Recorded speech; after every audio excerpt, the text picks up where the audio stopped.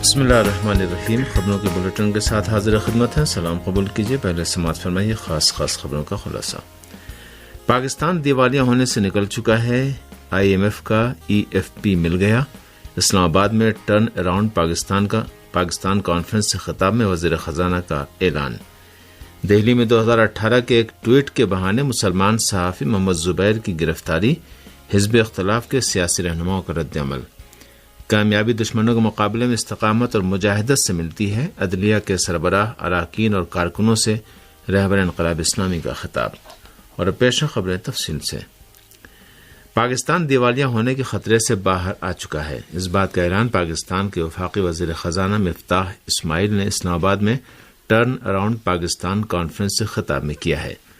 انہوں نے کانفرنس سے خطاب میں کہا کہ منگل کی صبح پاکستان کو بین الاقوامی مالیاتی ادارے IMF کا EFP مل گیا ہے۔ انہوں نے بتایا کہ IMF نے 7ویں اور 8ویں قسط کو ملا دیا ہے۔ ان کا کہنا تھا کہ 7ویں قسط 900 ملین یعنی 90 کروڑ ڈالر کی اور 8ویں قسط 1 ارب ڈالر کی رقم پر مشتمل ہے۔ مفتاح اسماعیل نے کہا کہ پاکستان بقول ان کے 5ویں خسارے کا متحمل نہیں ہو سکتا تھا۔ انہوں نے کہا کہ ملک کو ترقی کی راہ پر ڈالنے کے لیے ہمیں مشکل فیصلے کرنے پڑے۔ پاکستان کی اتحادی حکومت کے وزیر خزانہ نے کہا کہ جب اتحادی حکومت نے اقتدار سنبھالا تو ملک 4 ریکارڈ خساروں کا سامنا کر چکا تھا۔ انہوں نے عمران خان کی حکومت پر 4.25 برس میں 20,000 ارب روپے کا قرض لینے کا الزام بھی لگایا۔ پاکستان کے وفاقی وزیر خزانہ نے بڑی صنعتوں پر اضافی سپر ٹیکس کا دفاع کرتے ہوئے کہا کہ انہوں نے خود اپنی اور وزیراعظم شہباز شریف کے بیٹوں کی فیکٹریوں پر بھی سپر ٹیکس لگایا ہے۔ پاکستان میں پیٹرول اور ڈیزل مہنگا ہونے کے بعد تیل کی کھپت میں کمی آئی ہے۔ پاکستانی میڈیا نے تیل کمپنیوں کے حوالے سے بتایا کہ پیٹرولیم ایندھن مہنگا ہونے کے بعد اس کی کھپت میں نمایاں کمی آئی ہے اور اس کی درآمدات بھی کم ہونے کا امکان پیدا ہو گیا ہے۔ اس رپورٹ کے مطابق پاکستان کی تیل کی کمپنیوں کا کہنا ہے کہ ملک میں تیل کی کھپت میں 20% تک کمی کا رجحان دیکھا گیا ہے۔ پاکستان کی تیل کی کمپنیوں کے مطابق 16 جون کے بعد پیٹرول اور ڈیزل کی یومیہ کھپت میں بڑی کمی آئی ہے۔ ان کمپنیوں کا کہنا ہے کہ پیٹرول اور ڈیزل کی یومیہ کھپت 25,000 ٹن سے گھٹ کر 18 سے 19,000 ٹن رہ گئی ہے۔ ان کمپنیوں کا کہنا ہے کہ اگر تیل کے استعمال میں کمی کا یہ رجحان برقرار رہا تو اس کی درآمدات کم ہو سکتی ہے۔ پاکستان میں سیاسی بنیادوں پر نفرت اور اشتعال بڑھنے پر شہریوں میں تشویش پائی جاتی ہے، اس بات کا اعلان گیلوپ پاکستان نے ایک سروے رپورٹ میں کیا ہے۔ گیلوپ پاکستان کے سروے میں 98% پاکستانیوں نے کہا ہے کہ سیاسی بنیادوں پر نفرت کم کیے جانے کی ضرورت ہے۔ اس سروے میں شریک پاکستانیوں میں سے صرف 2% نے سیاسی بنیادوں پر نفرت بڑھنے سے اتفاق کیا ہے۔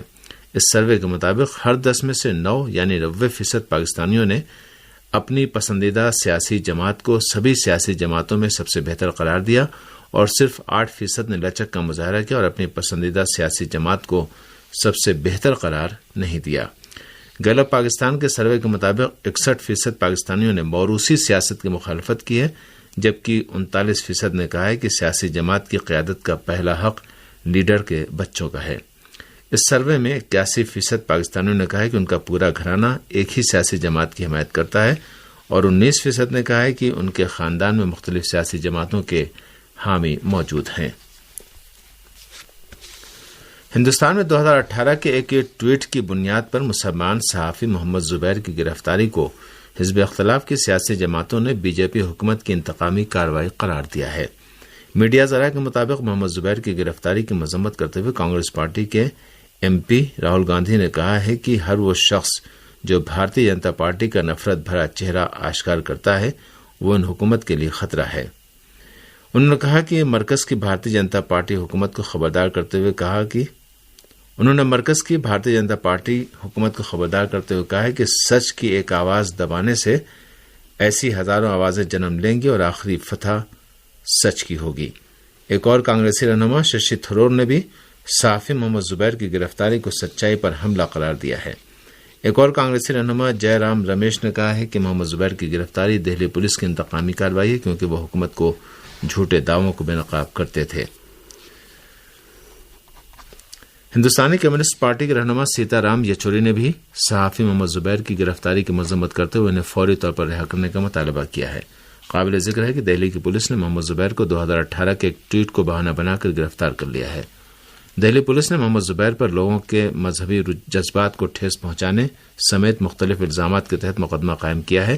رپورٹوں کے مطابق دہلی پولیس نے یہ نہیں بتایا کہ انہیں گرفتاری کے بعد کہاں حراست میں رکھا گیا ہے۔ رہبر انقلاب اسلامی نے دشمن کے مقابلے میں کامیابی کو استقامت کا نتیجہ قرار دیا ہے۔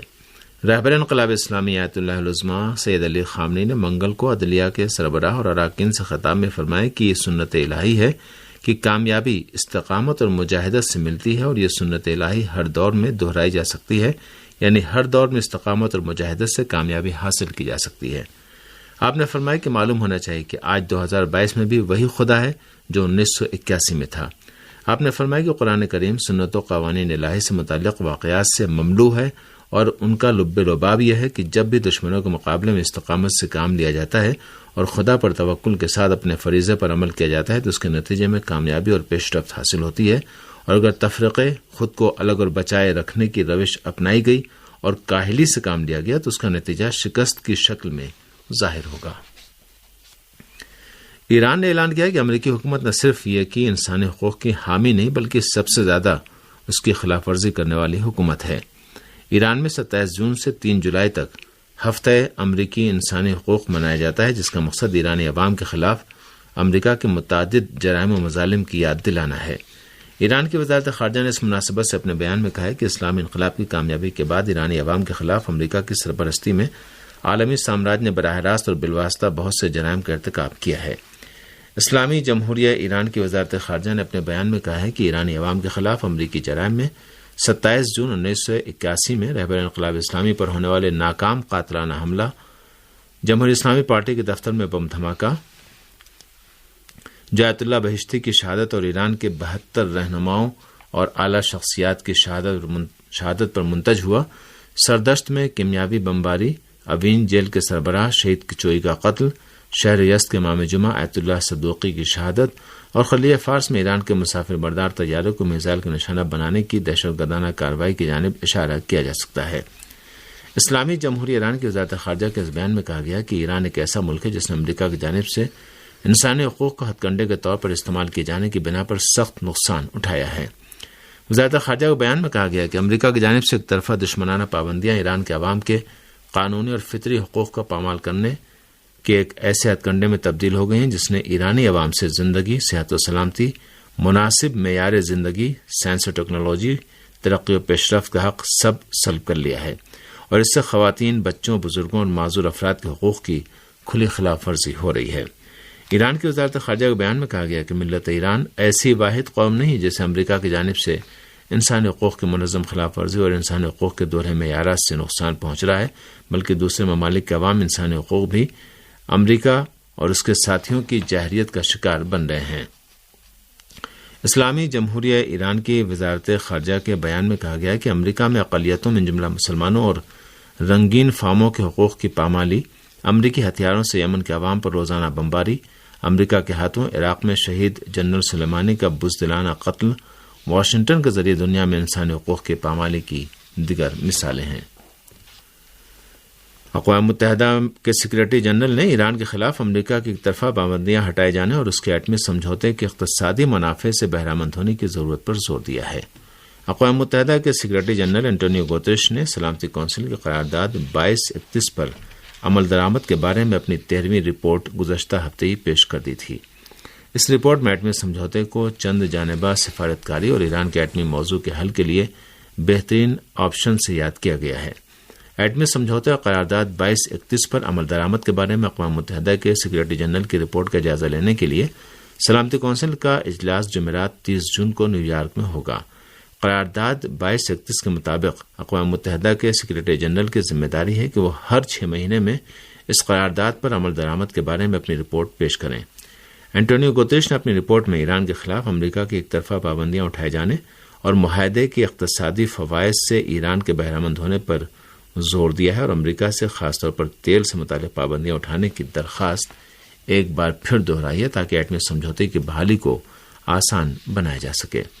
واشنگٹن ڈونلڈ ٹرمپ کے دور صدارت میں 2008 میں ایٹمی سمجھوتے سے باہر نکل گیا تھا اور اس کے بعد ایٹمی پابندیوں کے ساتھ ہی تہران کے خلاف بڑے پیمانے پر پابندیاں عائد کر دی تھیں۔ امریکی صدر جو بائیڈن کی حکومت نے ایٹمی سمجھوتے میں واپس آنے کا رجحان ظاہر کیا، تاہم اب تک سمجھوتے میں واپس آنے کے لیے کوئی اقدام نہیں کیا ہے۔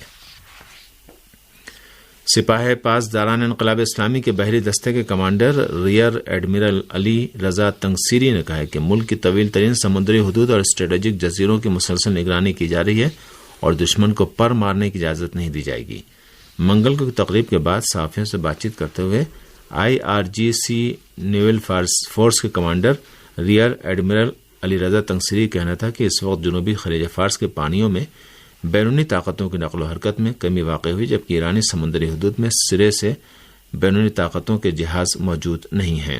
انہوں نے کہا کہ دشمن ہمارے ہمسایہ ملکوں کی سمندری حدود میں موجود ہیں اور خطے میں بیرونی طاقتوں کی حمایت علاقائی سلامتی کے لیے نقصان دہ ہے۔ سپاہ پاسداران انقلاب اسلامی کے بحری دستے کے کمانڈر نے کہا کہ امریکی ایما پر یونان کے ذریعے ایرانی تیل بردار بحری جہاز روکے جانے کے بعد ہم نے بھی 2 یونانی بحری جہازوں کو ضبط کر لیا تھا۔ ریئر ایڈمرل تنگسیری نے اس واقعے کی وضاحت کرتے ہوئے کہا کہ شدید موسمی حالات کے باوجود ہمارے جوانوں نے ہیلی کاپٹر کے ذریعے آپریشن انجام دیا اور 2 یونانی تیل بردار بحری جہازوں پر کنٹرول حاصل کر کے اپنی بندرگاہوں پر لے آئے، حالانکہ دونوں جہاز ایک جغرافیائی حدود میں بھی نہیں تھے۔ انہوں نے کہا کہ بیک وقت انجام پانے والی ان دونوں کارروائیوں کے دوران ایک جہاز کو بوشہر اور دوسرے کو ہرمزگان کی سمندری حدود میں روکا گیا۔ واضح ہے کہ یونان نے گزشتہ ماہ مئی میں ایرانی پرچم تلے سفر کرنے والے ایک تیل بردار بحری جہاز کو امریکہ کے کہنے پر روک لیا تھا۔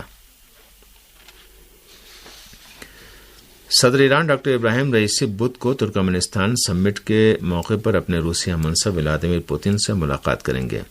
تہران میں ایوان صدر سے جاری ہونے والے بیان میں کہا گیا کہ ترکمانستان سمٹ کے موقع پر صدر ابراہیم رئیسی اور صدر ولادیمیر پوتین کے درمیان 2 طرفہ ملاقات طے ہے۔